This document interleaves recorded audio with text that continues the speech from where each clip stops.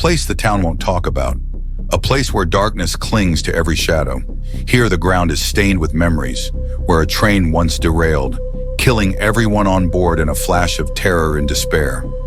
They say the conductor saw something lurking in the fog, something beyond the grave. And now, the dead walk those cursed tracks, forever trapped in their final moments. The railway track, a story of terror.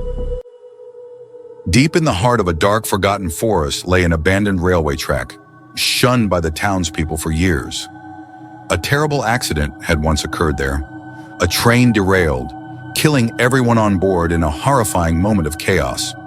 The conductor went mad, claiming he had seen something monstrous before losing control, something that shouldn't exist. As the townsfolk buried the remains of the victims, they unearthed the chilling tale of a sinister cult that had once inhabited the woods, known for their dark rituals and sacrifices to appease the spirits of the forest. Locals whispered of icy winds that blew from nowhere, strange voices calling out from the twisted trees, and shadows that slithered when no one was around. They believed the souls of the dead were restless, forever trapped in the place where their lives were stolen. The brave few who dared to walk the track said they felt a cold presence following them, like death itself closing in, ready to claim the next victim. But one evening, two friends, Jake and Ryan, determined to prove the stories were just tall tales, decided to confront the fear head-on. Armed with flashlights and a bravado that masked their unease, they made their way to the old railway. As they stepped onto the rusted tracks, the night air grew colder, wrapping around them like a shroud. The forest surrounding them felt unnaturally still, as if holding its breath, waiting for something to happen. "Creepy," Ryan muttered, his voice barely a whisper, filled with apprehension. Jake shrugged, trying to mask his own fear. "Just an old railway. Let's check out that train car up ahead." An old rusted train car lay half buried in the dirt, its exterior choked with vines and neglect. As they stepped closer, an eerie silence enveloped them. The wind stopped. The only sound was the crunch of their footsteps on the gravel, echoing in the oppressive stillness. Suddenly the silence shattered. A chilling sound crept through the trees, a high-pitched giggle, followed by the unmistakable sound of a child's weeping. It was a sound so out of place in the dark woods that it sent shivers down their spines. "Did you hear that?" Ryan asked, eyes wide with fear.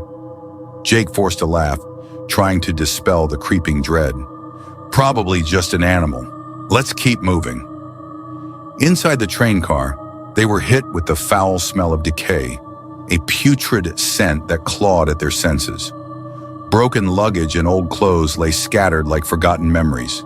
The air was thick, cold, and damp, wrapping around them like a cold embrace. As they walked further in, their flashlights flickered erratically, casting dancing shadows that seemed to shift on their own. The walls were dark and stained, as if splattered with something ominous, maybe blood. "I don't like this," Ryan said, his voice trembling, a hint of panic creeping in. Jake shook his head, trying to dispel the darkness that threatened to seep into his mind. "We're just being stupid. It's fine." Suddenly, the door slammed shut with a deafening bang, the sound reverberating through the train car, making their hearts race in sync with the sudden rush of adrenaline. "What the hell?" Jake whispered, frantically trying to force the door open. It wouldn't budge. The air grew colder still, and whispers filled the car. Low, frantic voices, too faint to understand but close enough to feel the panic they carried. "Do you hear that?" Ryan's voice shook as the whispers grew louder, almost pleading. "I hear it," Jake muttered, his heart pounding in his chest like a drum. "We need to leave. Now!" They pushed harder on the door, but it was stuck tight, as if held by unseen hands.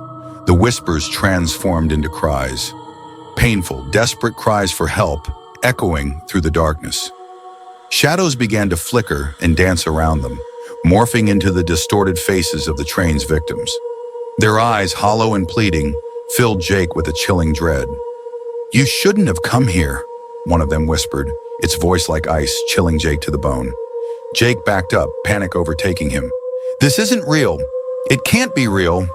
But the figures moved closer, reaching out with cold, ghostly hands, their fingers grasping at the air, as if to drag him into their eternal suffering. The walls seemed to close in on them, the air growing thick and suffocating. Ryan screamed, but it was too late. The spirits grabbed him, pulling him into the darkness. His scream echoed through the car, then stopped abruptly, leaving a haunting silence in its wake. Just then, Jake felt a sudden jolt, as if the very floor beneath him had shifted. The ground opened up, revealing a hidden passage leading down into the depths of darkness. A sinister energy radiated from below, a force pulling him toward it, whispering promises of power and knowledge, if he would only surrender. Jake pushed against the door with all his strength, harder and harder, until finally it burst open. He ran, but the forest seemed different now.